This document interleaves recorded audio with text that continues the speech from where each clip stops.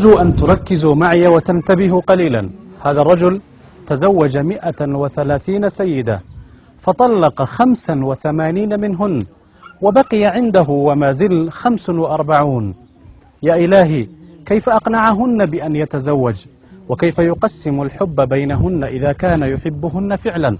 وقبل كل ذلك، كيف سولت له نفسه القيام بهذه الخطوة الخطيرة؟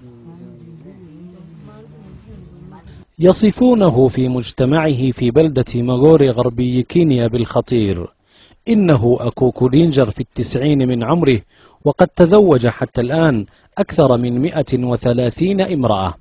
هذا الكرسي أعد له خصيصا لرعاية اجتماع عائلي يحضره بعض أبنائه وبعض زوجاته، وقد درجت العادة أن تصافحه آخر الزوجات. هذه زوجتي الأخيرة، لقد تزوجتها عام 97.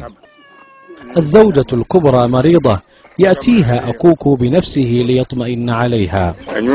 وهذه هي زوجتي الثانية، لقد تزوجتها عام 43 من القرن الماضي.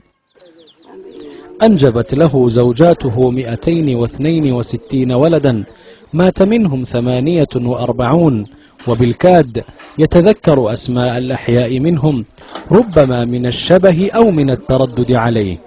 أما الزوجات فهن على الأغلب عنده أرقام، سواء من فارقن الحياة أو من ما زلن على ذمته. من رقم 1 إلى 10 مات منهن 3، ومن رقم 11 إلى 20 مات منهن 2، ومن 21 إلى 30 مات منهن 7.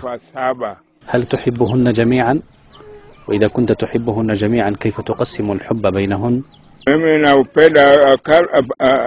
اللواتي لا يحبونني طلقتهن، أما اللواتي يحبونني وأحبهم هم الذي بقوا معي حتى الآن.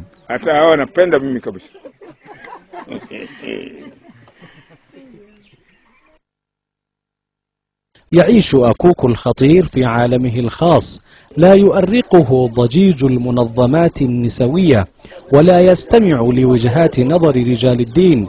هذه هي مملكته، وهذه هي عاداته. أيها المشاهد، أرجو أن لا تقتدي بهذا الرجل، وإذا كنت ترغب أن يتجاوز أولادك 100 عليك الاستشارة مع أهل الشريعة وعلم القانون كي لا تخالف الشرائع. أما أنا فهناك نصيحة قالها لي الرجل بعد تجربته الخطيرة هذه، لكنني لا أفشي أسراري على الهواء مباشرة. فهد ياسين، الجزيرة.